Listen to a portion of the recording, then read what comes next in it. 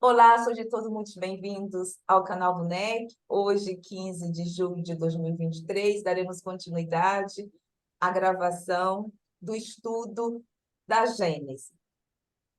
Bom, Juzinha, paramos aqui.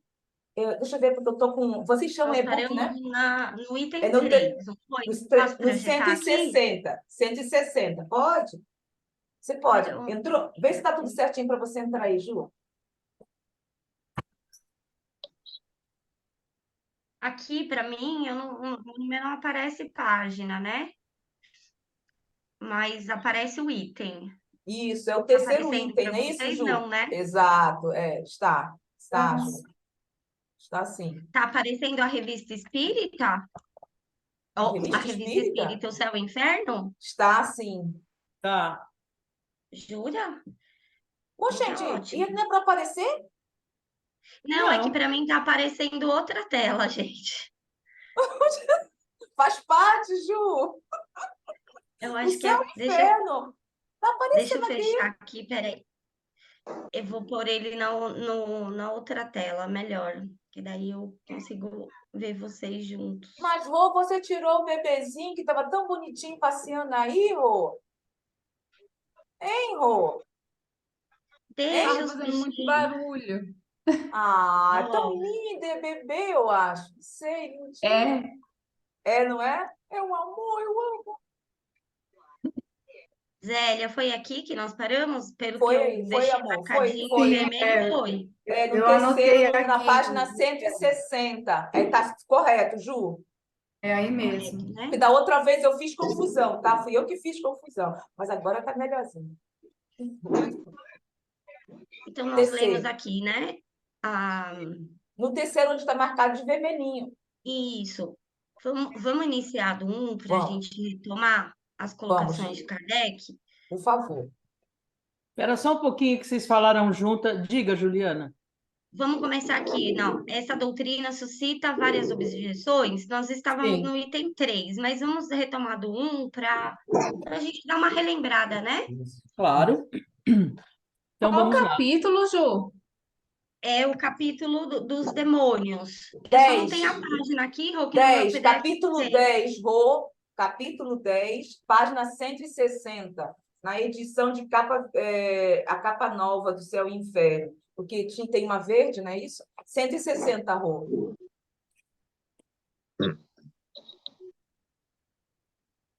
Vamos lá? Podemos ler? Vamos. Isso, por favor. Então, Ju, a hora que você quiser interromper, né, fica à vontade, tá? Porque eu fico entretida aí na leitura. Essa doutrina suscita várias objeções. Primeiro, se Satã e os demônios eram anjos, eles eram perfeitos. Como então, sendo perfeitos, puderam fracassar e ignorar a tal ponto a autoridade de Deus em cuja presença se encontravam? Se houvessem chegado a esse elevadíssimo grau de forma gradual, e após percorrer a fieira da imperfeição, ainda poderíamos conceber a ocorrência de um lamentável retrocesso. Mas o que torna o relato mais incongruente é que se nos apresentam os demônios como tendo sido criados perfeitos. O item 2. Dado que nem a igreja, nem os anais da história sagrada explicam a causa da revolta dos anjos contra Deus, e que apenas parece certo que a causa consistiu em se negarem a reconhecer a missão futura do Cristo, que valor pode ter quadro tão preciso e detalhado da cena que ocorreu na ocasião? Quer dizer, aí realmente Kardec questiona, né, os detalhes do diálogo até. Imagina, né?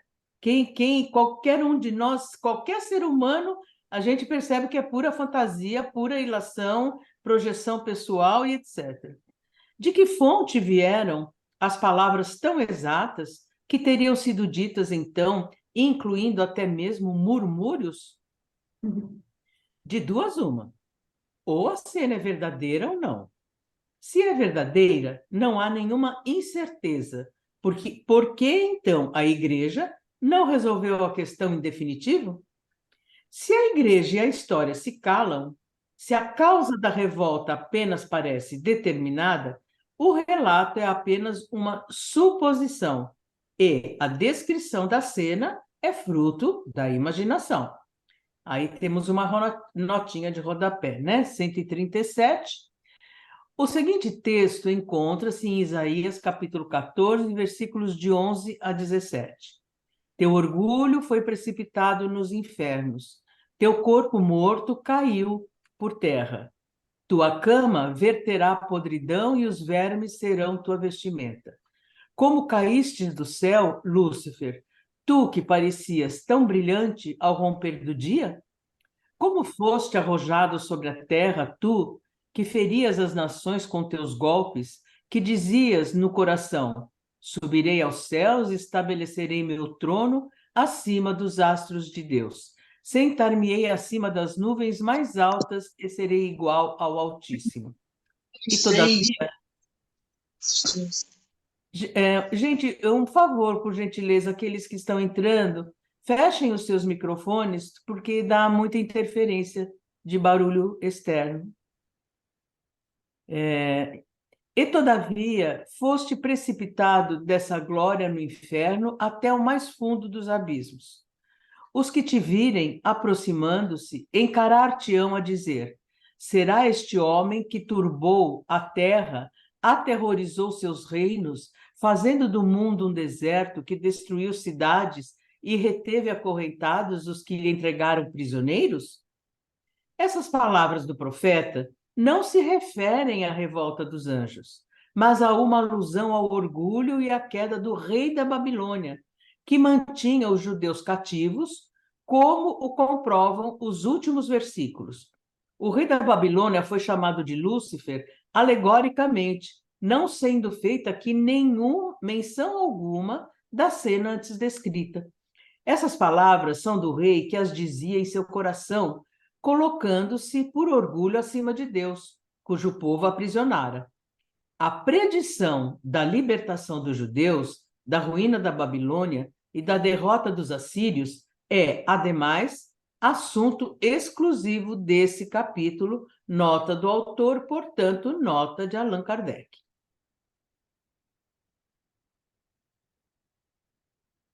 E aí entramos no 3. As palavras atribuídas a Lúcifer demonstram... Peraí, mas vou só tirar, porque tá ruim de ler com esse vermelho, né? Tá. Pronto. As palavras atribuídas a Lúcifer demonstram uma ignorância surpreendente num arcanjo que, por sua natureza e pelo grau em que se encontra, não deveria comungar com relação à estrutura do universo, dos erros e dos preconceitos que os homens professaram até que a ciência os tivesse corrigido. Como poderia Lúcifer cogitar de fixar sua, aspas, morada acima dos astros e dominar as nuvens mais elevadas? Isso equivale a perpetuar a antiga crença na Terra como centro do mundo, assim como num céu de nuvens a se estender até as estrelas que estariam limitadas numa região que formaria a abóbora, quando de fato a astronomia nos mostra estarem as estrelas infinitamente disseminadas no espaço infinito.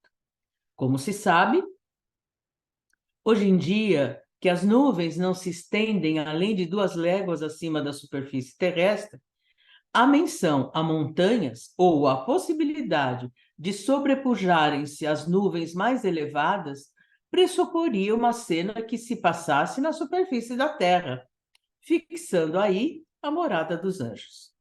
Se a morada está nas regiões superiores, seria inútil dizer que se elevaria para além das nuvens. Atribuir aos anjos uma linguagem eivada de ignorância seria admitir que os homens sabem hoje mais sobre o assunto do que eles. A Igreja sempre cometeu o erro de não levar em conta os progressos da ciência. A resposta à primeira objeção encontra-se na seguinte passagem da referida carta pastoral do Monsenhor Gusset para a Quaresma de 1865. As Marizinha, escrituras. Marizinha, só para, eu fui procurar saber quando ele está se referindo a léguas e a nuvens. Eu fui procurar saber o que ele queria dizer nos tempos atuais sobre nuvens, porque ele está dizendo aqui, como se sabe hoje em dia, que as nuvens não se estendem além de 2 léguas acima da superfície terrestre. Aí eu queria saber, uai, e hoje em dia, o que significa? Porque ele está se referindo a mundos, vamos dizer assim. Aí eu fui buscar, ela fala, com base na altitude, as nuvens mais comuns na troposfera são agrupadas em 4 famílias. Olha que interessante, porque eles fazem uma visão do que nós chamamos de várias moradas, que está acima das nuvens. Mas que nuvens eram essas? Como Kardec estava falando. Nuvens altas, médias, baixas e nuvens com desenvolvimento vertical. Olha só. As nuvens das 3 primeiras famílias são produzidas por levantamento brando, olha só, brando sobre áreas externas. Estas nuvens se espalham lateralmente e são chamadas estratiformes. Nuvens com mais desenvolvimento vertical geralmente cobrem pequenas áreas e são associadas com levantamento bem mais vigoroso. São chamadas nuvens puliformes. Nuvens altas normalmente têm bases acima de 6.000 metros, nossos, dos dias atuais. Nuvens médias geralmente têm base de 2.000 a 6.000 metros. Nuvens baixas têm base de 2.000 metros. Esses números não são fixos.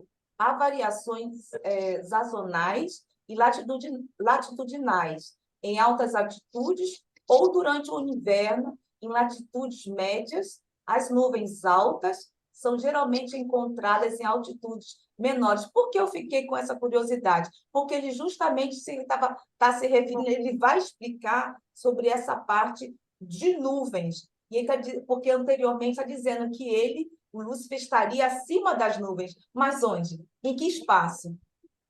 Entendeu? Foi por isso que eu fui buscar, que achei interessante o que foi dito anteriormente, que está acima da abóbada, acima das nuvens. Isso que eu achei interessante, entendeu? Foi por isso que eu trouxe isso. Mas tudo bem, obrigada. Então vamos lá.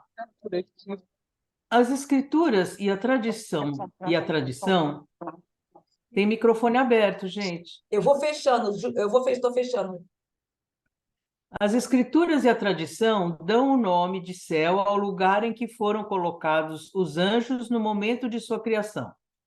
Mas não seria esse o céu dos céus, o céu da visão beatífica, onde Deus se mostra face a face aos seus eleitos e onde esses últimos o contemplam sem esforços ou preocupações, uma vez que aí não há perigo ou possibilidade de pecar.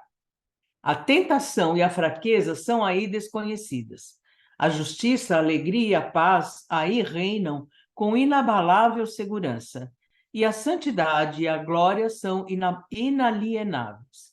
Tratava-se, portanto, de uma outra região celeste, uma esfera luminosa e afortunada, onde essas nobres criaturas eram amplamente favorecidas pelas instruções divinas que deveriam receber e abraçar pela humildade da fé, antes de terem permissão para ver claramente a realidade na essência do próprio Deus.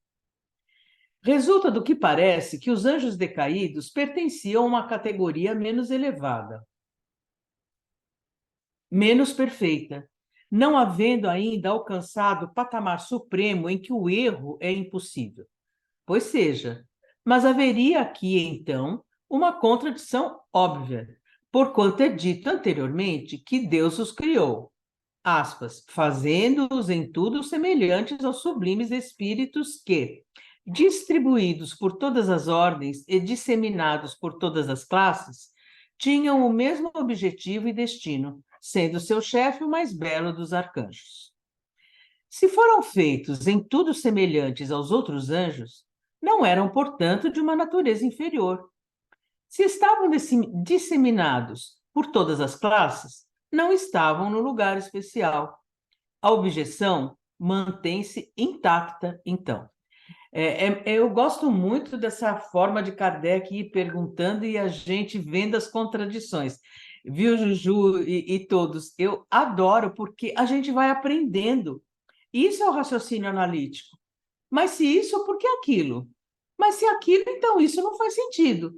E assim, cara, quando nós estudamos a doutrina espírita profundamente, como os grupos estão agora empenhadíssimos e que realmente é esse o nosso caminho cada vez mais, nós vamos, além de tudo que Kardec nos trouxe, aprendendo essa forma didática, pedagógica de exercer esse raciocínio analítico. Porque antes, né, Ju, nós tínhamos assim, nós éramos muito infantis, a gente lia tudo, a gente não enxergava neste método de Kardec um método incrível de exercer o pensamento analítico, né, Ju?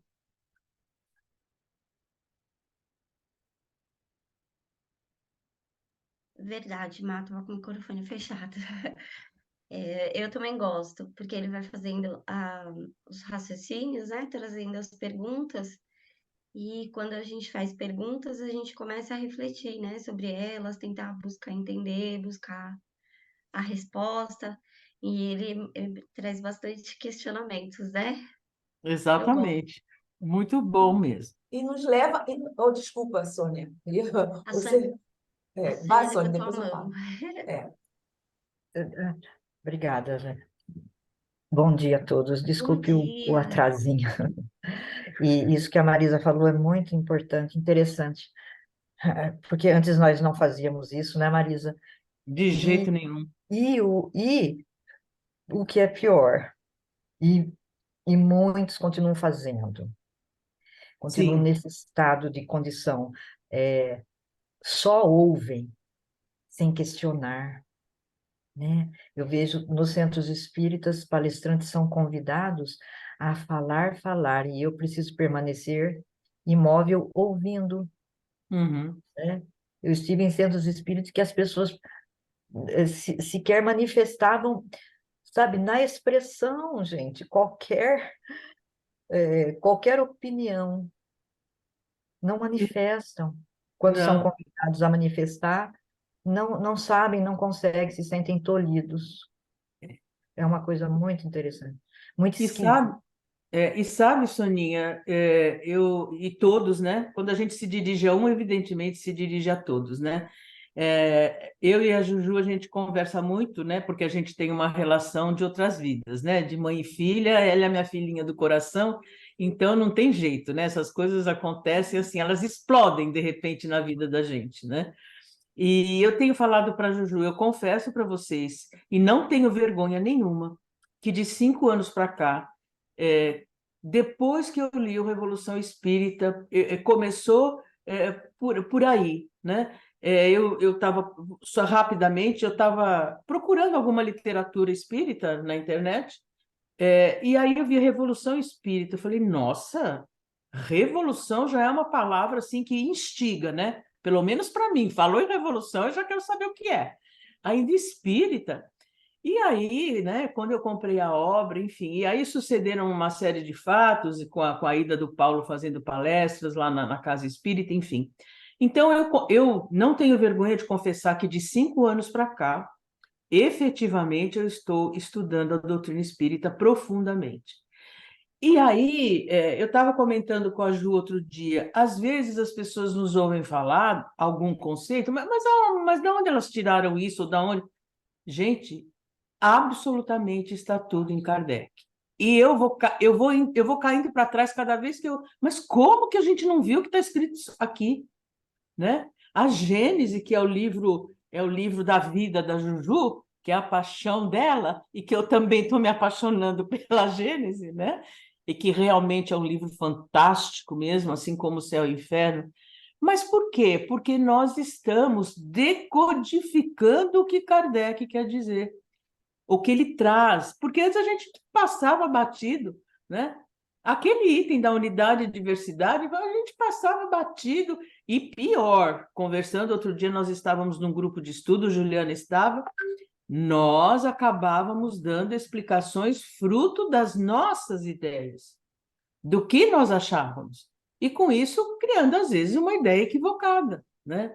Então, é muito importante esse estudo aprofundado, nós entendermos o que Kardec quer dizer, essa forma de ele questionar, nós vamos aprendendo com o pedagogo, né? Com o professor Rivai, e isso traz muita riqueza ao nosso estudo. Verdade. É muito bom, né? É Dica muito bom. boa.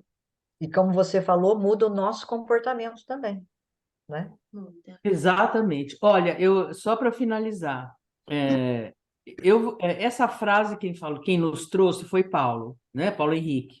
E como ele, né, é tão já querido de todos nós, já com lives aqui no NEC, numa das lives há muito tempo, no final da live ele disse: o conhecimento só é válido quando transforma o agir. E é isso, Soninha, que você falou.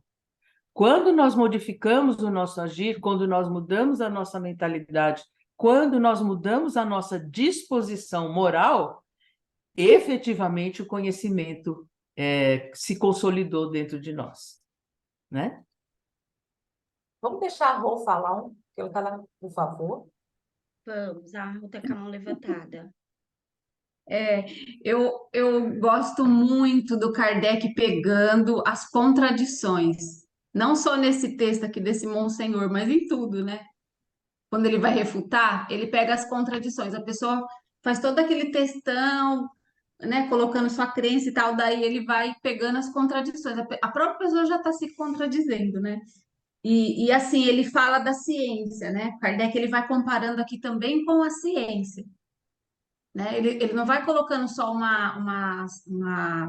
um pensamento lógico, mas ele vai comparando também, trazendo a ciência. Então, o Monsenhor ele está baseado em crença e Kardec vem com um fato que é a ciência, né? E Por isso, junto com as contradições do próprio Monsenhor aqui. isso que nós O estamos próprio isso, né, conversando, que ele coloca. Diga, Célia.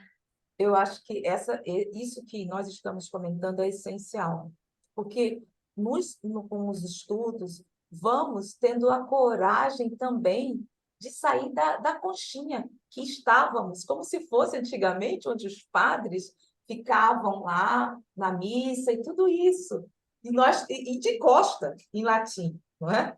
Então, nós vamos estudando e gradualmente vamos analisando, vamos tendo um outro conceito, como a Marisa falou, como nós estamos aqui, e fala assim, peraí, mas se ele está se referindo à ciência da época, nós também temos que trazer para a nossa. E é muito importante esses estudos que nós vamos fazendo.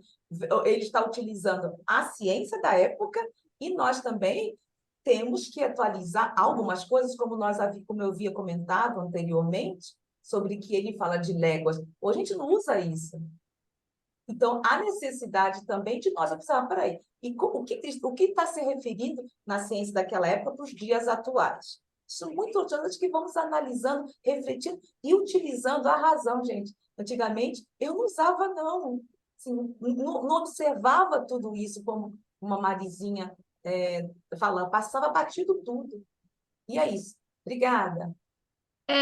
Só falando dentro do que a Zélia está falando.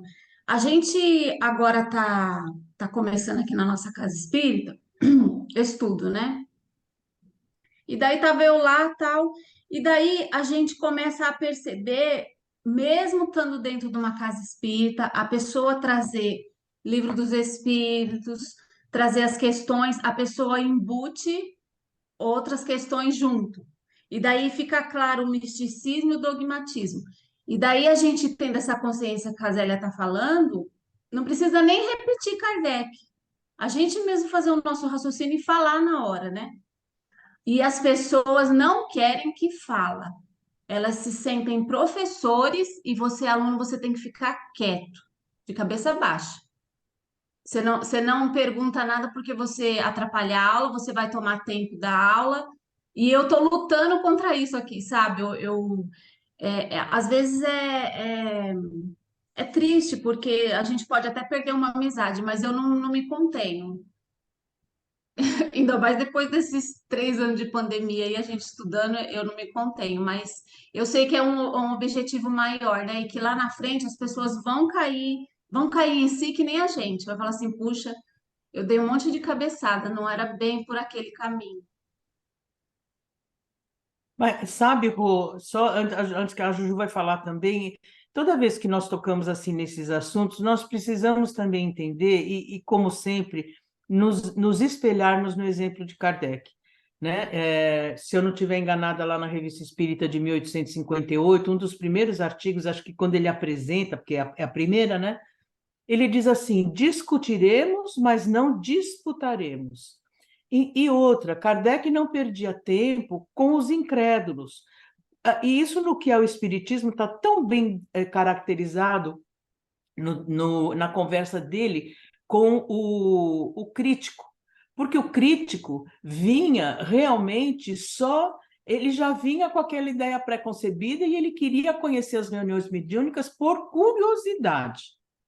E aí Kardec chega uma hora que ele vai pontuando, esse livro é fantástico, como eu digo sempre, muito bom estudo do que é o Espiritismo, e o cético não, porque o cético, ele queria aprender, ele não sabia nada, ele queria conhecer. E aí a postura de Kardec é completamente, não é que é completamente diferente, tanto é que o cético uma hora diz assim, mas então é preciso ter uma fé antecipada? Ou é assim, eu preciso acreditar antes, né? Kardec diz, não, é preciso ter uma boa fé, ou seja, a boa intenção de deixar chegar. Então, quando nós encontramos pessoas muito reticentes, sabe, Rô, não vale a pena nós entrarmos em debate, perder uma amizade, né? O que é maior, né? O que é maior?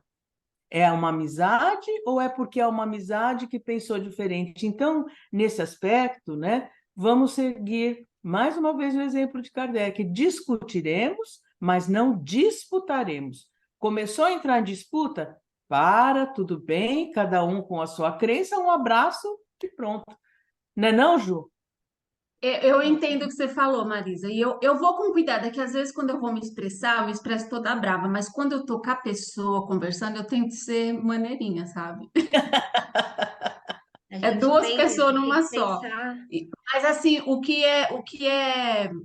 o diferencial, Marisa, é que a pessoa está dentro da casa espírita, faz parte da dirigência, diz que é espírita e tal, sabe? Não é pessoa de fora que a gente está laçando para apresentar a doutrina espírita, não é? Mas, minha filha, metade mais um pouco do movimento espírita é tudo igual, né? Nós ficamos anos, e eu me incluo nisso. Também Nós acho. ficamos anos repetindo karma, castigo, recompensa, causa e efeito. Então, é preciso mesmo muita calma nessa hora, né? Como diz, Sim. porque o entendimento, né, vai chegar, né? Vai chegar.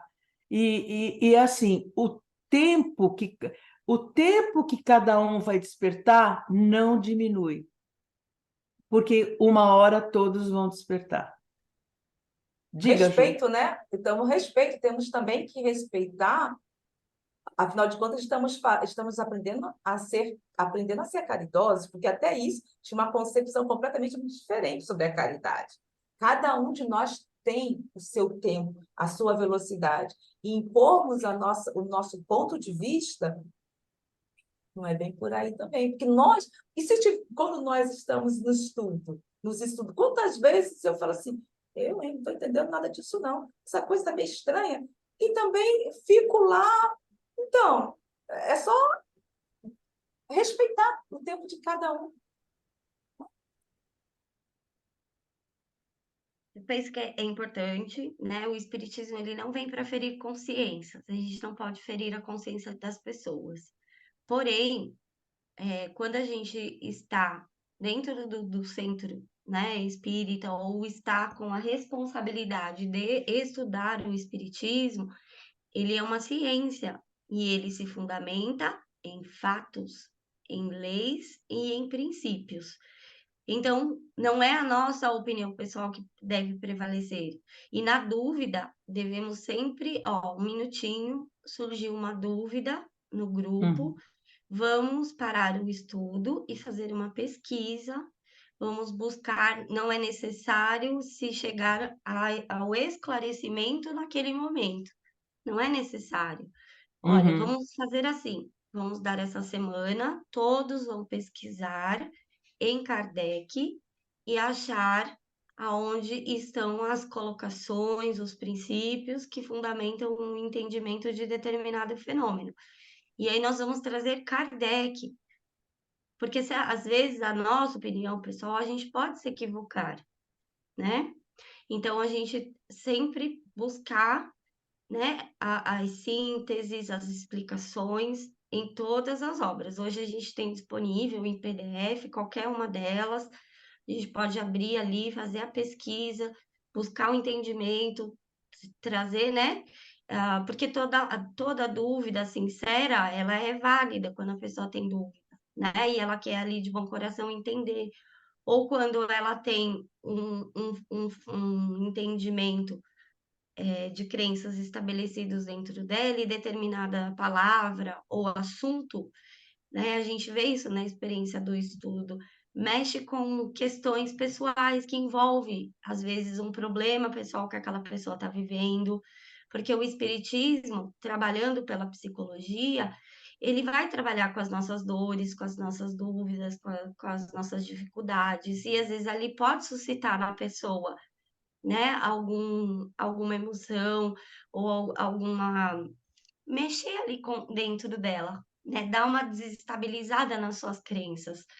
Então, a gente busca, né? Eu penso que o melhor caminho é sempre utilizar a obra, falar, vamos, e dar oportunidade para a pessoa. Vamos, né, buscar, vamos pesquisar. Ah, eu não consigo, então vamos fazer juntos. Buscar esse entendimento. Diga, Terezinha. É um problema que acontece também, né, que aquele que dirige tanto o grupo de estudo, ou como dirige uma reunião, seja o que for, na maioria dos casos, ele acha que tem que dar uma resposta. Ele é obrigado a dar uma resposta, ele não pode mostrar que ele não sabe aquilo. E é um grande erro. Eu acho que a pessoa também tem que ter, né, essa humildade. Falar, olha, gente, isso aí eu ainda não pesquisei, isso aí ainda não estou bem certo, então eu vou pesquisar para a gente conversar depois. Mas às vezes o orgulho não deixa, né? E a pessoa acaba atropelando as coisas. Isso eu já vi acontecer e quase aconteceu comigo, mas eu na hora eu parei, falei, não, não é por aí. Falei, gente, não sei, não pesquisei, não sei dar uma resposta agora. Vamos pesquisar, vamos estudar. E, puxa, até Kardec fez isso, por que que a gente tem que ter o orgulho, né? Até ele voltou atrás em algumas coisas que ele falou, e a gente tem esse orgulho, essa vaidade, né? Então, eu acho que esse é um problema. Eu já vi acontecer, depois eu fui atrás, eu vi a pessoa fazer certas afirmações, porque o espírita não tem que responder tudo, né? Tem gente que vem perguntar uma coisa para, eu tive um sonho assim, assim, o que quer dizer? O que que é? Eu falei, eu não sei, não falo. Como é que eu vou saber? Não A é? gente tem que tomar muito cuidado com essa É, questão, tem. principalmente, né, a questão mediúnica. Então, tem uma frase lá da Gênese que eu gosto muito, que Kardec fala no último capítulo, lá no item 20, ele fala, longe de substituir um exclusivismo por outro. O Espiritismo se apresenta como campeão absoluto da liberdade de consciência, né? Agora, quando nós estamos, né, estudando a doutrina espírita, é nossa responsabilidade, e Kardec a gente vê veementemente ele falando sobre isso na Revista Espírita, a gente fundamentar, né, o estudo nas obras e estudar os princípios que fundamentam. Eu entendo que com todo essa deturpação, né, esses desvios das obras, muitos de nós não tiveram acesso, né, à verdadeira proposta moral da doutrina espírita, infelizmente, né?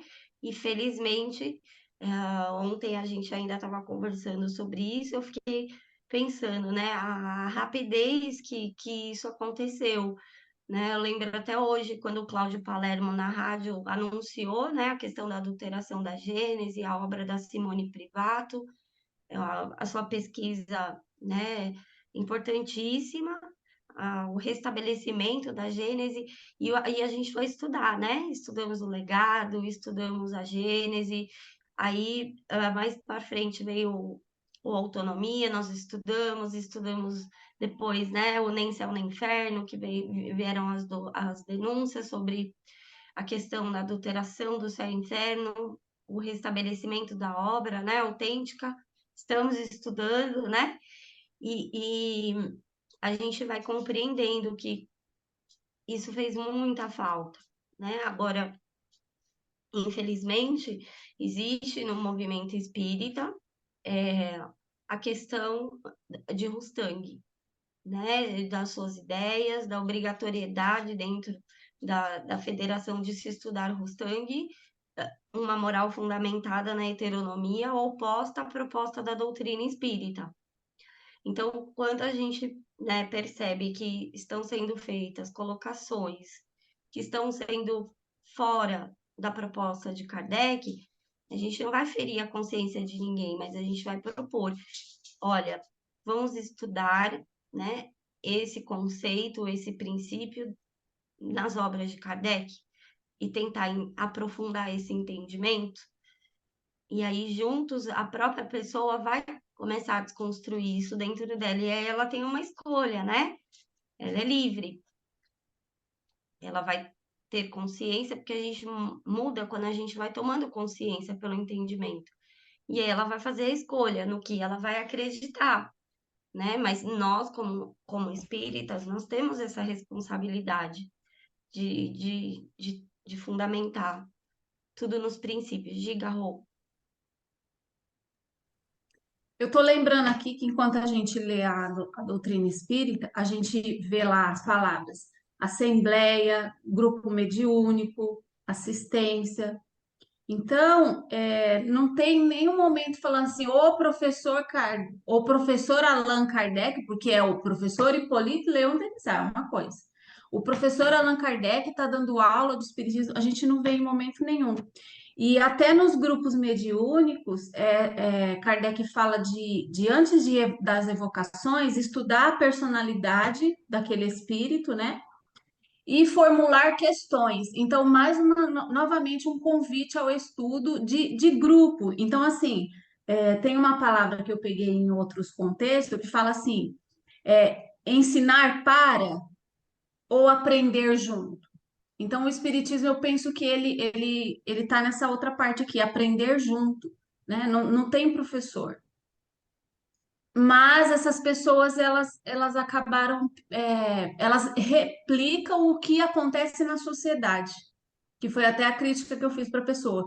Esse molde que a gente tem de educação nas escolas, universidades, não serve para a doutrina espírita, não é assim, né? Então, de que a pessoa, ela tem aquele tempo, e ela vai falar sobre aquele assunto, é 1h30, ela vai falar e ela vai deixar 10 minutinhos no final, se tiver alguma questão. E fica todo mundo passivo, de cabeça baixa ali, escutando.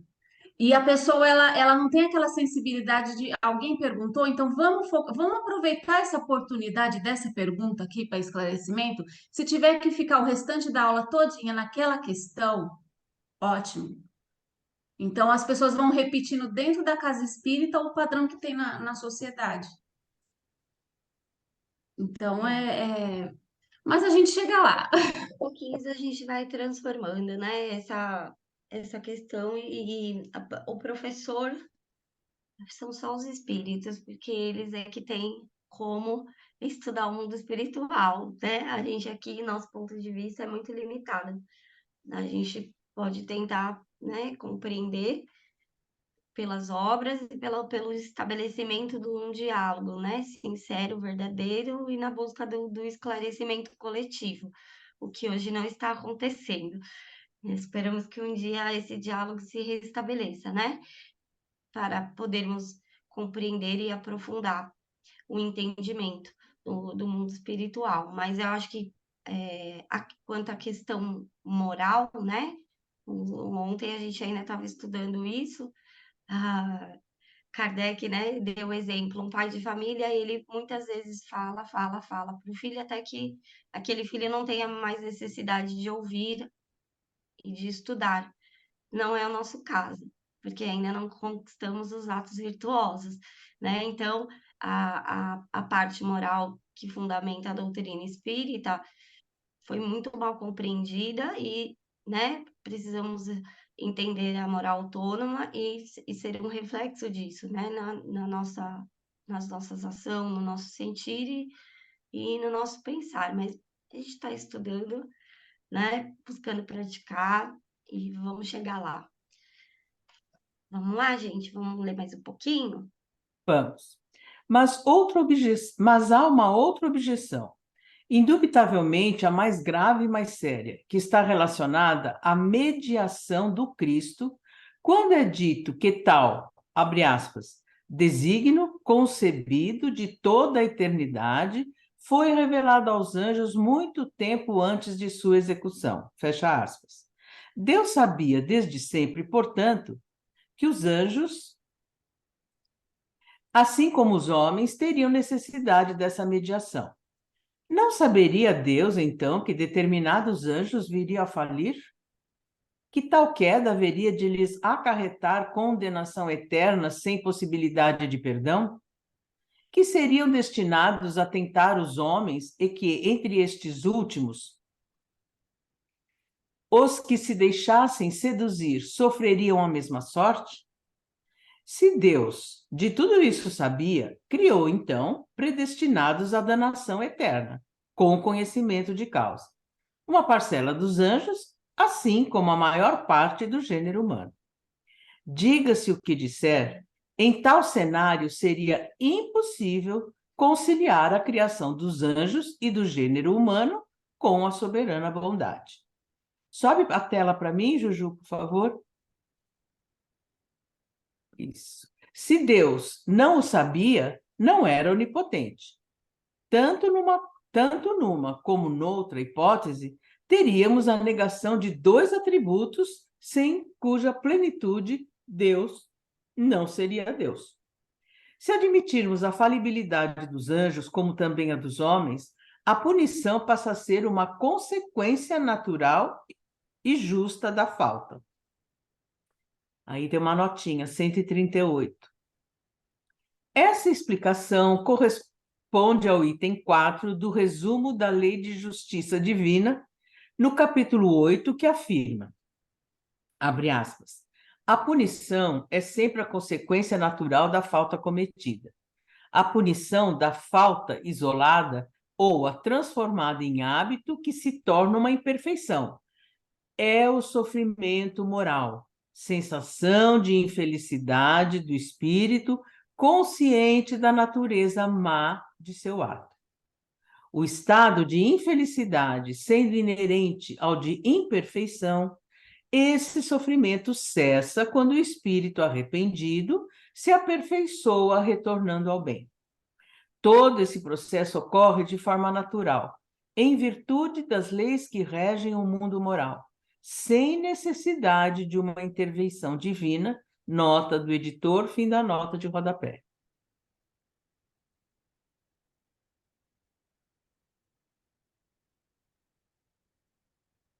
Mas, se admitirmos também a possibilidade do resgate,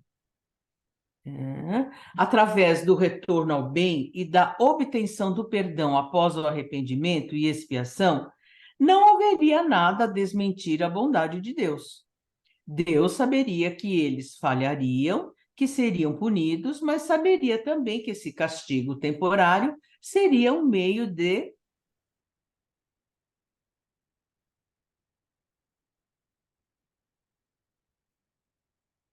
fazê-los compreender seu erro, revertendo-se em seu próprio benefício. Nota de rodapé 139.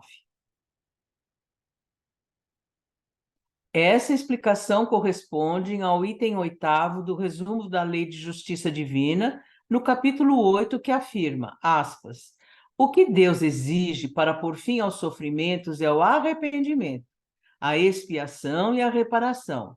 Em resumo, um aperfeiçoamento sério, efetivo, assim como um retorno sincero ao bem. Nota do editor, fim da nota de rodapé. Cadê ali? Cumprir-se-iam assim as palavras do profeta Ezequiel. Aspas, Deus não quer a morte do pecador, mas a sua salvação. Aí vem outra notinha de rodapé, 140. Quererei a morte do ímpio, disse o Senhor. Deus, quero antes que se converta, que se retire do mau caminho e que viva. Ezequiel, capítulo 18, versículo 23. Dizei-lhes estas palavras: Eu juro por mim mesmo, diz o Senhor Deus, que não quero a morte do ímpio, mas que o ímpio se converta, que deixe o mau caminho e que viva. Ezequiel, capítulo 33, versículo 11, nota do autor, portanto, nota de Kardec. O que representaria a negação dessa bondade seria a inutilidade do arrependimento e a impossibilidade do retorno ao bem. Nesse caso, seria rigorosamente exato dizer que os anjos decaídos, desde a sua criação, visto que Deus não poderia ignorá-lo, foram consagrados ao mal por toda a eternidade e predestinados a tornar-se demônios, de modo a induzir o homem ao mal. Vejamos agora. Alguém quer comentar alguma coisa até aqui? A questão do arrependimento, tá tudo tranquilo, reparação? Gostaria de falar uma coisa. Isso se aplica também a toda a humanidade, né? Se Deus é onisciente, né? É o Criador, é o princípio de tudo. Então, dentro dessa filosofia aí do Monsenhor, Deus também teria criado as almas predestinadas ao inferno, porque ele criou sabendo que ia errar, né? Porque quem que não erra até, né? Sabendo que ia errar e sabendo que depois ia para o inferno. Então, ele já criou seres predestinados ao inferno, né? Porque os seres humanos não são perfeitos, né? Então, eu acho que essa explicação que Kardec ela é válida para toda a humanidade, né? Dentro dessa filosofia aí do Monsenhor. Eu queria falar em relação ao arrependimento, né? Que nós sempre precisamos reforçar isso, né? Nos nossos estudos. Que luz que veio trazer, né? Os espíritos vieram nos trazer através de Kardec sobre o processo de reparação do espírito, né? Por quê? Arrependimento é completamente diferente de remorso. Tanto que o arrependimento, Kardec vai dizer lá no céu, aqui no céu e inferno, que o arrependimento traz esperança, porque o espírito que sofre ao se arrepender do mal cometido e ver tudo que ele poderia ter evitado, ter feito para evitar de cometer esse mal, então nasce a esperança através de uma nova oportunidade de reencarnação. Diferente do conceito que nós tínhamos, ou temos ainda alguns, do remorso, né? O remorso corrói, por isso que chama remorso. Você revive muitas vezes até as emoções daquela situação. E aí aquilo corrói, o remorso ele traz um ranço porque você não sai daquele círculo vicioso. O arrependimento não. Né? Então, esse processo de reparação do espírito, cujo primeiro passo é o arrependimento sincero, voluntário e consciente. Né? Então, não é ninguém... Diga, Terê. É uma tomada de consciência, né? O arrependimento. É uma tomada de consciência. Exatamente, né? Então não é ninguém vindo de fora e diz, olha, você precisa se arrepender, porque, né? Não, é o próprio espírito que, através da sua consciência, né, ampliada na espiritualidade, na erraticidade, não só a consciência, mas todos os nossos atributos, né, do espírito, ele se arrepende voluntariamente, conscientemente, sinceramente, né? E aí sim escolhe suas provas para numa próxima reencarnação, poder superar as suas imperfeições e o retorno ao bem. Porque também só se arrepender não adianta nada. É que nem nós no mundo encarnado. Ah, eu magoei a Terezinha. Ah, poxa, eu me arrependi. Ah, tá, então tá bom. Ah, mas eu estava nervosa mesmo, tudo bem. Como tudo bem, né? Então, o arrepender-se necessariamente, o próximo passo é a reparação, né? Qual seria, Terezinha, você me desculpa, eu me arrependi, eu fui mal educada com você, enfim, não importa, né? Mas eu realmente estou arrependida, me desculpe, né?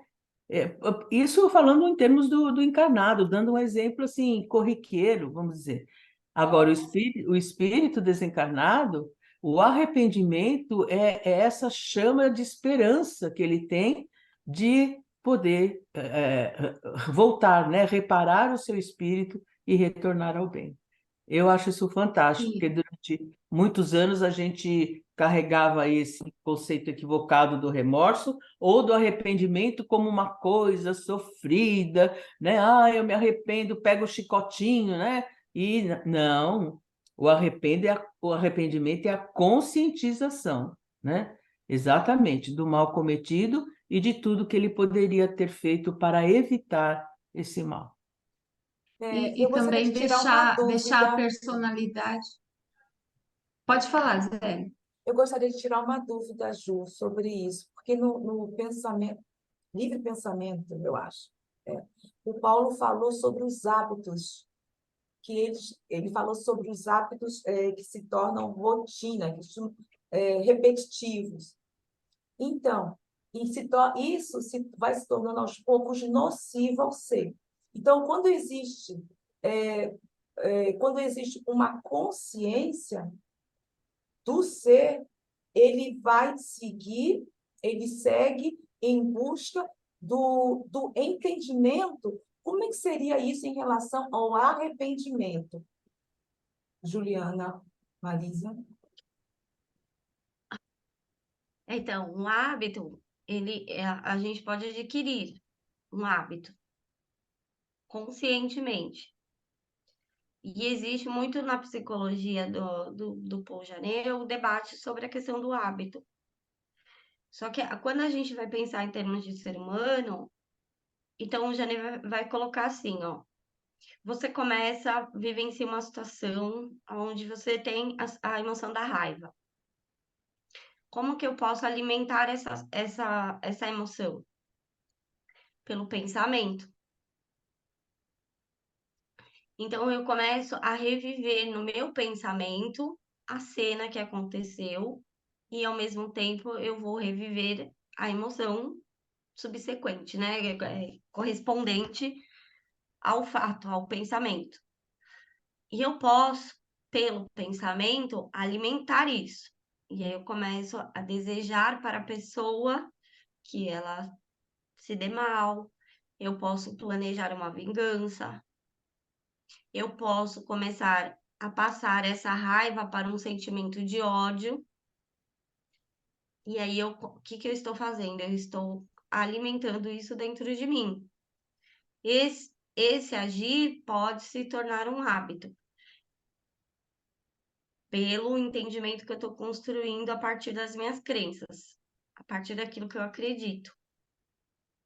E aí, como que eu posso pensar a questão do arrependimento? Se no momento, se eu vivenciei essa situação e eu fico presa nisso mentalmente, eu vou adoecer. O processo de arrependimento, só que todas as vezes que a gente age contra a lei, seja em pensamento ou em ato, em sentimento, a gente tem um remorso, um sentimento que é o que os espiritualistas chamam de remorso. Kardec vai explicar que é um sentimento íntimo do espírito, porque eu estou agindo fora da lei. E não importa que eu não cometi a ação, eu pensei, eu sou um espírito, eu transmiti o meu pensamento ao outro, eu direcionei ao outro juntamente com o sentimento. Só que o Janet ele vai colocar assim, um ato errado não é uma imperfeição moral. Assim como um ato no bem não é uma virtude. Então, o fato de eu fazer um ato no bem não quer dizer que eu seja uma pessoa virtuosa. Porque para eu conquistar a virtude, é necessário que eu adquira esse hábito. Percebe? Adquira, e junto com isso, eu vou estar desenvolvendo uma virtude. O processo de arrependimento, eu vou sentir, pelo que os espiritualistas falam, um remorso. Mas eu posso insistir em manter o comportamento ou ficar preso nessa fixação mental. O remorso vem, eu sinto ele, tomo consciência, eu estou sentindo isso, ou eu estou sofrendo, porque a origem está naquela situação. Qual foi o meu comportamento naquela situação? Esse. Esse comportamento não está adequado, porque ele está me gerando sofrimento, então eu preciso mudar o comportamento, o hábito, e a mudança está na responsabilidade minha. Muitas vezes eu perco, né? Eu vou fazendo, e tem até no Elementos da Moral, no capítulo 8, tem uma explicação sobre o hábito, onde ele vai falar, cuidado, né, com o hábito, principalmente no começo. Porque quando você instala um hábito, você começa a fazer algo, ela é sempre consciente, eu estou fazendo tal coisa, você está escolhendo fazer. E aí ele fala, devemos tomar muito cuidado, né, com o que os materialistas dizem, quando assim, é impossível, um ato é irresistível, um ato que está condicionado ali, ou que você adquiriu, você não consegue transformar. E ele vai falar isso, vai ser uma fonte para você justificar um comportamento errado. É mais forte do que eu. Então, é como se você anulasse a liberdade de escolha do indivíduo. E o Espiritismo, como autonomia, vai trazer, não, a responsabilidade está sempre em nós. Cabe a nós, né, nos conhecermos e entender em que momento, em que situação, ou eu me prendi e fiquei preso, né, na mente, ou eu estou usando a minha faculdade, né, de uma forma errada, as minhas faculdades. E hoje, pelo estudo da doutrina, a gente vê todas as nossas faculdades e as nossas qualidades, elas são adquiridas por nós, pelo nosso desenvolvimento, mas elas não são para nós, ela é para uso coletivo. Se existe algum saber em mim, né, alguma coisa que eu faço bem ou que eu tenho, né, ali a habilidade para fazer, eu vou colocar isso em prol do coletivo. E quando a gente pensa no coletivo, então uma brincadeira simples, quando você acorda, seu dia já acorda numa rede compartilhada que muitas vezes a gente não pensa. Quando você vai comer o pão, você precisa de alguém para fazer a farinha, para fazer o sal, para fazer o leite, a água e todos os elementos que vão ali. Você precisa de alguém para fazer o pão, percebe? E assim vai. Em tudo que a gente vai perpassando no nosso dia a dia, a gente vai vendo a mão de quantas pessoas foram necessárias para que eu me alimente, para que eu tenha aquele determinado objeto, né? E cada um contribui com o seu saber. Quando eu penso dessa forma, eu valorizo o outro, né? Eu não falo, não, só o meu trabalho é importante. Eu é que contribuo. Se não fosse eu, né? Aí a gente se fecha dentro da gente e se torna orgulhoso, ou eu pego todo esse afeto que eu tenho e vou direcionando as coisas. São essas as duas grandes chagas que a gente pode desenvolver, o egoísmo e o orgulho. Mas para que eu desenvolva isso, eu já tenho que ter a capacidade de pensar e sentir. E de entender. Dica, Terezinha. Tem uma frase do Paulo que eu acho bastante Fechou seu microfone. aberto. Tem uma frase do Paulo que eu acho bastante interessante quando ele fala. Estão me ouvindo? Sim, Agora sim. Sim. Que eu acho bastante interessante quando ele fala, né? Isso que você estava falando agora, Juliana, de você cometer, um equívoco, comete de novo, aquilo vai se tornar um hábito, né? E quando se torna um hábito, a gente criou uma imperfeição moral, né? isso leva a uma imperfeição moral. Aquilo se torna uma imperfeição moral, quando ele se torna um hábito. E algo que Kardec fala do hábito também, que eu sempre gosto também dessa explicação dele, quando ele fala que da verdadeira educação, né? A educação da alma imortal. Então, quando ele fala, houve realmente um processo educativo quando há uma mudança de hábito para melhor, né? Senão, enquanto não há essa mudança de hábito para melhor, não houve um processo educativo. Então, a importância do hábito aí nos dois casos, né? E como que a gente muda o hábito? Pela tomada de consciência, percebe? Porque quando a gente comete uma ação, muitas vezes essa ação é fundamentada na nossa estrutura de crença. E a gente vai ver, quando Kardec fala assim, o espiritismo é uma revolução aonde? Nas ideias. E as ideias que fundamentam o meu pensar, o meu sentir e o meu agir. Então, quando ele traz o debate, né, principalmente contra a questão das ideias materialistas, ele está debatendo no âmbito de ideias. Quando a gente, né, tem uma crença que o que importa é o presente e que o futuro é o nada, um exemplo, né, que ele trabalha muito isso no Céu e Inferno. Então, eu vou viver o quê? O agora. O que me importa o outro? Se depois da morte não existe nada. Então eu vou aproveitar agora, né? Eu não sei se amanhã eu vou estar viva, né? Assim que às vezes a pessoa pode vir e falar o que ela está fazendo, fundamentando as suas ações num falso entendimento.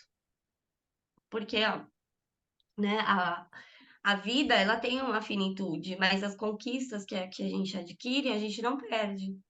Tanto, né, intelectual quanto moral e principalmente as afeições.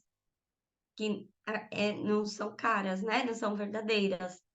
Então, quando a gente tem esse entendimento e a gente consegue entender a lei que fundamenta o mundo espiritual, como a fraternidade, a caridade desinteressada e a solidariedade, a gente começa a refletir, poxa, eu quero participar disso, eu quero ser solidária, eu quero contribuir com o meu melhor, eu quero me relacionar com as pessoas, né? E muitas outras crenças que só da gente, às vezes, entrar numa rede social, a gente pega umas 10 das pessoas.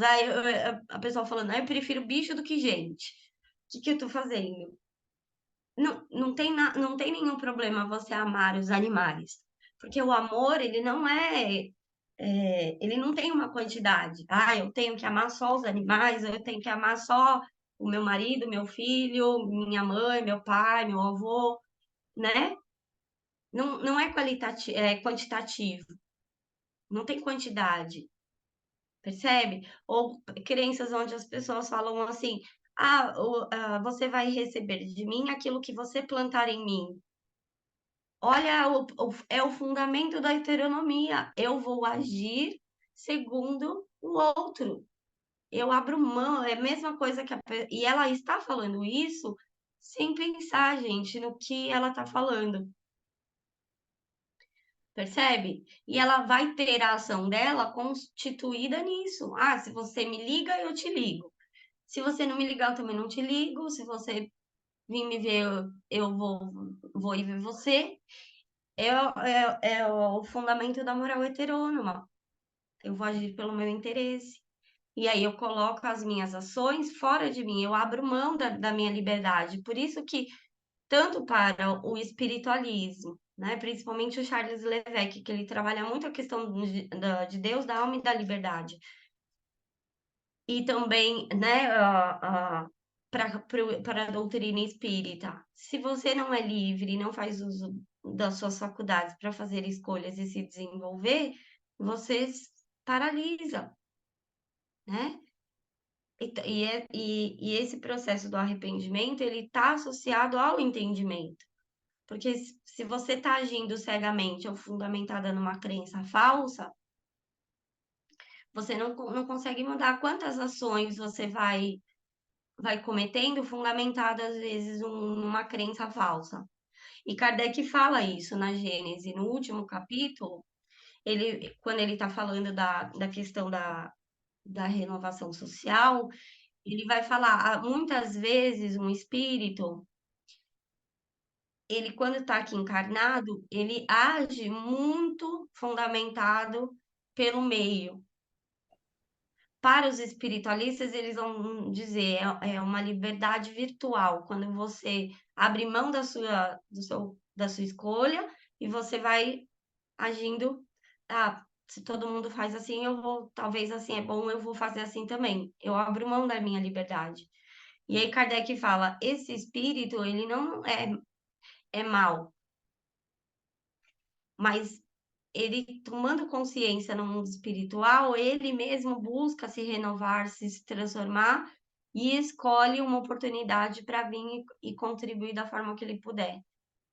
E a gente vê esse processo, né, do arrependimento. Eu gosto muito do depoimento do Latour, que era um criminoso arrependido, né? Para mim, o depoimento dele é fantástico, porque mostra, né, o quanto as ações dele e a verdade nele. É como se você conseguisse sentir, né, ali a emoção do espírito na sua transformação. Parece que ele está conversando com a gente. Ele fala: eu fui educado, eu não acreditava em Deus, eu não tinha esse entendimento de Deus. E ele é tão sincero que ele fala: eu gostaria de reencarnar e poder ajudar as crianças a entender os atributos de Deus. Porque com certeza esse entendimento vai refletir nas ações dessas crianças. Ele não ganha isso, né? Ele não tem essa responsabilidade.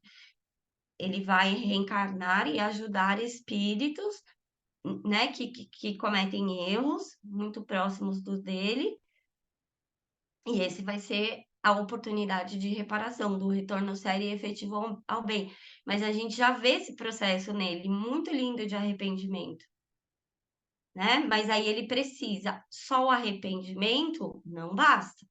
Não basta eu chegar e falar, nossa, eu me arrependo, não foi legal o que eu fiz. Eu preciso vivenciar uma circunstância onde eu vou me colocar à prova e saber se verdadeiramente eu consegui superar aquilo. Porque tem espíritos que a gente vê que passaram, né, não só por um processo de expiação, por outros, porque a prova ele não conseguiu superar. E tá tudo bem, ele vai ter uma outra oportunidade de superar. E cada experiência que ele teve é uma oportunidade dele dele amadurecer para vivenciar uma dificuldade. E aí, quando é o retorno ao bem? Quando ele consegue superar a prova. Esse é o retorno sério e efetivo ao bem. Que naquelas circunstâncias ele vai ser sempre um reflexo do bem, um reflexo do amor. Diga, Sônia.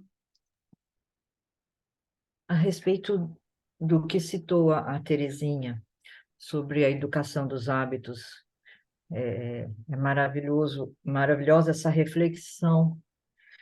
E Allan Kardec aprofunda isso, fala muito disso na questão 685A do Livro dos Espíritos, gente, principalmente no comentário dele, né? É uma coisa fabulosa, como ele... Quer ler, Como ele Sônia? Oi? Quer ler? Se não for atrapalhar. É a 685A, quem quiser. É Eu 685A, posso, né? eu posso ir buscar e colocar diretamente na tela, se Isso, vocês quiserem. Deixa eu fechar aqui, 685A. aí tu coloca. Enquanto isso, vocês podem ir aí vendo. 685. Ah, tá. Fui lá. Aí. É. Só tem que descompartilhar a tela, Juzinha. Já descompartilhei. Eu nem vi. Sou rápida. Eu estou aqui procurando. Pronto. E agora?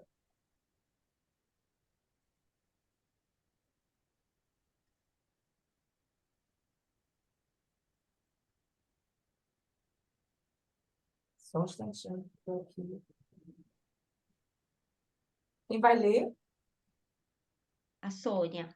Sônia Soninha. quer Não ler. está aparecendo, né? Uai, tá aparecendo não? Tá Não. aparecendo não, gente?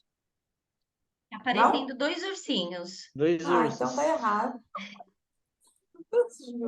Pronto, desculpa, gente. Aí,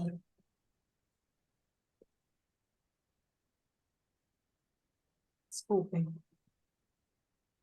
Agora. Aqui? Isso. Essa questão está mais abordada no comentário de Kardec, né? No Na entanto, que nota, fará o Sônia? velho? Você quer... Aí, pronto. pra- Uhum, isso. Não basta dizer ao homem que ele deve trabalhar. Só um minutinho. Não basta dizer ao homem que ele deve trabalhar. É necessário também que o que vive do trabalho encontre ocupação. E isso nem sempre acontece. Quando a falta de trabalho se generaliza, toma as proporções de um flagelo, como a escassez. A ciência econômica procura o remédio no equilíbrio entre a produção e o consumo, mas esse equilíbrio, supondo-se que seja possível, sofrerá sempre intermitências, e durante essas fases, o trabalhador tem necessidade de viver. Agora ele aborda. Há um elemento que não se ponderou bastante, e sem o qual a ciência econômica não passa de teoria: a educação.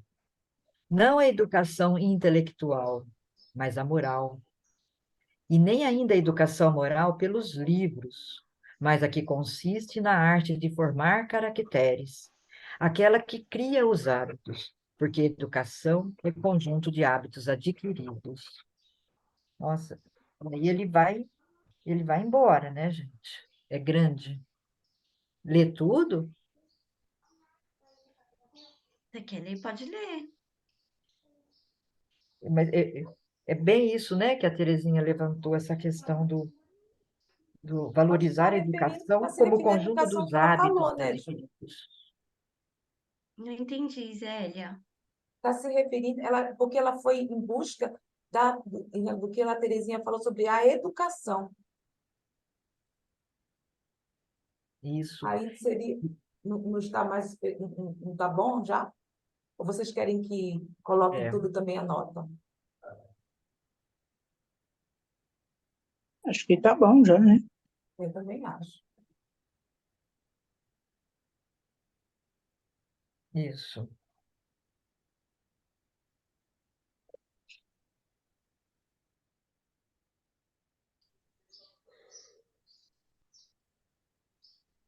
E aí, gente, como Essa é que parte, fica? Vamos continuar ou vamos ler o restante? essa parte aqui, olha, Zélia, quando ele fala, quando essa arte for conhecida, ou seja, a educação, né, compreendida e praticada, o homem seguirá no mundo os hábitos de ordem e previdência para si mesmo e para os outros, os seus, de respeito pelo que é respeitável, hábitos que lhe permitirão atravessar de maneira menos penosa os maus dias inevitáveis. A desordem e a imprevidência são duas chagas que somente uma educação bem compreendida pode curar. Nisso está o ponto de partida, o elemento real do bem-estar, a garantia da segurança de todos. Acho isso maravilhoso, né? Acho que é só Bom, isso. né? Vou descompartilhar a tela, Ju, tá? Isso. Maria? Tá. Essa questão da desordem e da imprevidência, né? É muito importante a gente pensar nisso, porque quem é o autor da ordem? É Deus, né? Quando a gente age fora da lei, isso causa uma desordem. E a improvidência, muitas vezes, é a gente parar, né, naquela determinada circunstância, a gente parar e agir pelo entendimento, e não deixar que a emoção domine. Porque, né, agir intempestivamente é quando vem a emoção, e aí eu pego e vou agir pela emoção e não faço uso da minha razão. Uhum. E isso E é é um bonito, exercício né? de educação. Dica Isso. sobre. E é bonito quando ele fala, né, Ju, aqui, que essa educação pelos hábitos que vai permitir que a gente atravesse com menos dificuldade os dias ruins que serão inevitáveis, né? Nossa, isso é muito bom, importante. É muito importante, né? Tem depois, quem puder ler lá no Paul Janet, no capítulo 8, ele falando sobre, né, um pouquinho sobre os hábitos. É. Aonde, De qualquer Josinha? Não forma, sempre entendi. quando... Diga, Zé. Não entendi, Josinha. Aonde? Lá no Pequenos Elementos da Moral, no capítulo 8, ele fala sobre os hábitos, né? Obrigada. E ele é o capítulo que ele fala sobre a liberdade, né? Então, quando a gente vai estabelecer um hábito, ele vai sendo feito de forma consciente, porque você não vai fazer a sua ação consciente. Quando você faz uma escolha, ela é consciente. E automaticamente a gente tem um sentimento íntimo dentro de nós sobre a nossa ação. Então, quando essa questão, né, é importante, porque se a gente pensar em toda essa doutrina, né, que a gente estava estudando, a doutrina dos demônios, um ato dele, não, tirando a questão da rebeldia contra Deus, né, um ato dele originou a condenação eterna. Um ato errado nosso, que ali, né, Kardec está trabalhando também essa questão. O homem é excitado pelo demônio, cai em tentação, e aí ele está condenado, porque ele cometeu um erro. E aí esse debate, ele vai trazer, acredito que mais para Gênesis, quando ele vai, né, trabalhar ali a questão também do demônio, no capítulo que a gente está estudando. Mas veja, se você pensar, né, em um erro seu te leva a uma condenação eterna, porque essa é a visão dogmática, você, em todas as suas ações, você fica com medo, então você não faz uso da sua liberdade, né? E você se relaciona com Deus acreditando em castigos e recompensas. Você se relaciona com as pessoas desta forma também, você vai ser um reflexo disso. Você vai se relacionar com as pessoas achando que a única forma de correção do indivíduo é o castigo. E a única forma do indivíduo fazer aquilo que você quer é você recompensando ele. Então eu vou, que é muito, né, o que se vê nas doutrinas materialistas, a gente está estudando, né, o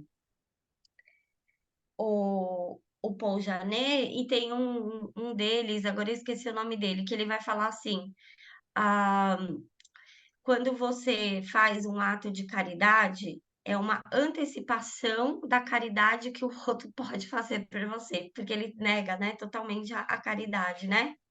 Percebe? É a negação da caridade. E aí, quando você pega e você age dessa forma, achando que existe uma condenação, que a única forma da pessoa se transformar é pelo castigo, é pela punição, ou se você tem essa falsa ideia, Deus cria os seres perfeitos, e aí muitas vezes na infância você ouve, né, o pai e a mãe falar assim: Deus não gosta do que você faz. Deus não gosta do que você está fazendo. Deus vai te castigar. Você começa a exigir de você uma perfeição. E aí você vai refletir isso também na relação com o outro. O outro tem que ser perfeito. E aí tudo se fundamenta nas questões deterministas. Tem que ser assim. E estudar psicologia, estudar o hábito, né? A gente vai aprendendo a entender a separação do ato, do pensamento, do sentimento, da conquista da virtude, do processo, né, do arrependimento, percebe? E ele vai, a doutrina espírita vai trazendo esse entendimento, que é o castigo, que é a punição. É uma imposição divina para que você sofra, e aí pelo sofrimento você paga ou você fica bem? Não, né? Quando ele trabalha em termos de punição, ele vai ressignificar o entendimento. A punição é a consequência natural de uma falta cometida, porque quando você comete a falta, você imediatamente tem um sentimento íntimo. Não foi bom isso que eu fiz. Se eu insisto, e aí como que eu vou insistir? Eu uso pensamento. Ah, eu agi assim porque o outro me fez isso. E aí, o que que eu faço? Eu tiro da minha mão a responsabilidade do meu ato. Se eu começar a agir sempre assim, eu vou usar um mecanismo de justificativa, percebe? Do meu ato e projetar isso no outro. E aí tem várias consequências. Então, é importante a gente estudar a parte psicológica para que a gente possa entender que tudo na psicologia a gente vai analisar e buscar entender do ponto de vista subjetivo, do ponto de vista do entendimento da capacidade do outro, né, da condição que aquela outra pessoa se encontra. E só quem sabe o que está dentro de si é a outra pessoa. Eu não tenho como fazer essa avaliação do que está, né, interno no outro. Certo, gente?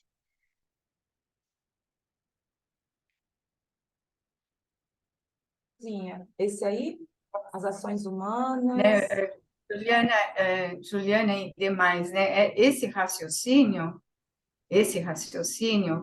que leva a esse entendimento e a gente e esse entendimento vai refletir também para nós no comportamento do outro, é maravilhoso, porque se eu entendo que eu, como um espírito em evolução, eu estou aqui, estou em evolução, estou em aprendizado, eu erro ainda porque eu não sou perfeita, porque eu estou aprendendo, eu vou ter esse entendimento também com relação ao outro, não é? Eu vou entender também que o outro também erra porque ainda não aprendeu tudo, também está crescendo, está aprendendo.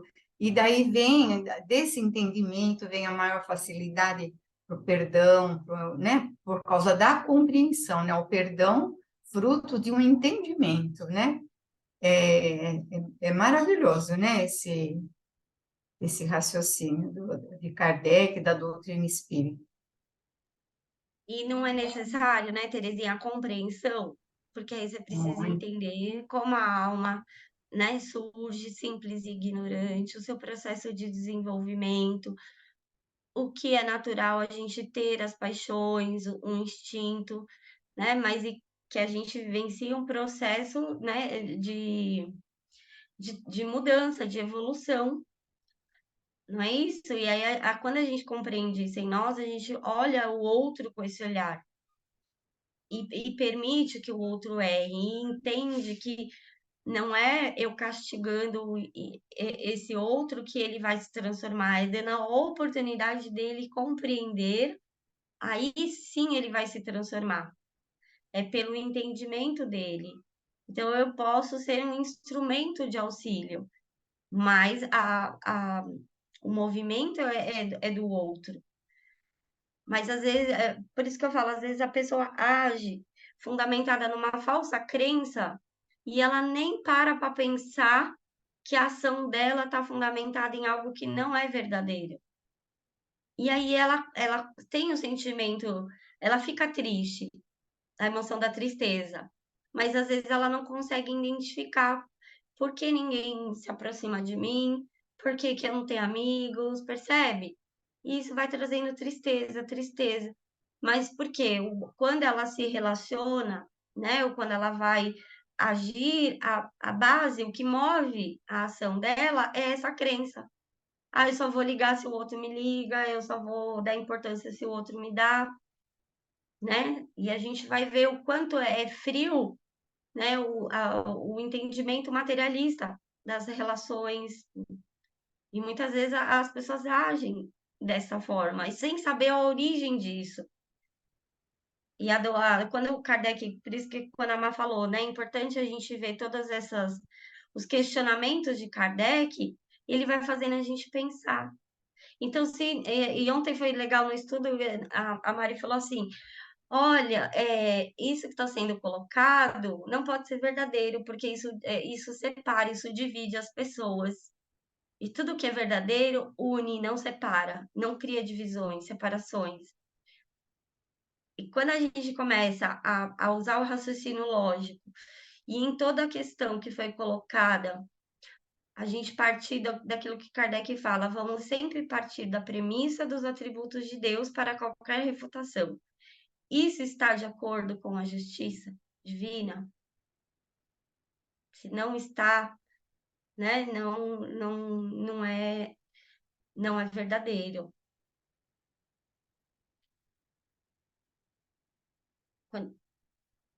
Está na hora de encerrar, Zélia? Tudo bem, se você quiser seguir, pode ser, mas se você quiser seguir, quem quiser ficar, estou aqui. Depende de vocês. Na hora. Depende. Acho que depende de vocês. Onde paramos, Juzinha, Depois, Juzinha? Que página no nós físico para me marcar paramos aqui? aqui nessa citação, ó. Eu vou mostrar aqui para vocês, que aí vai ficar melhor para anotar. Aqui, ó. Infelizmente, Esse agora às aqui, ó. 11h30 eu Vejamos tenho um agora qual é o compromisso. seu destino e o que fazem. Eu vou marcar de vermelhinho, porque daí na hora que a gente abrir já... 163. Não é isso, Juzinha? 163? Né, gente? Deixa eu ver aqui. Isso mesmo.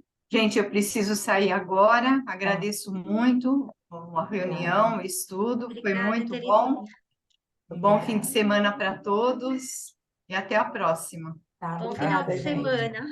Tchau, Você Tereza. também, Tere, um beijo. Tchau, Obrigada, Tereza. tchau. Tchau. Bom,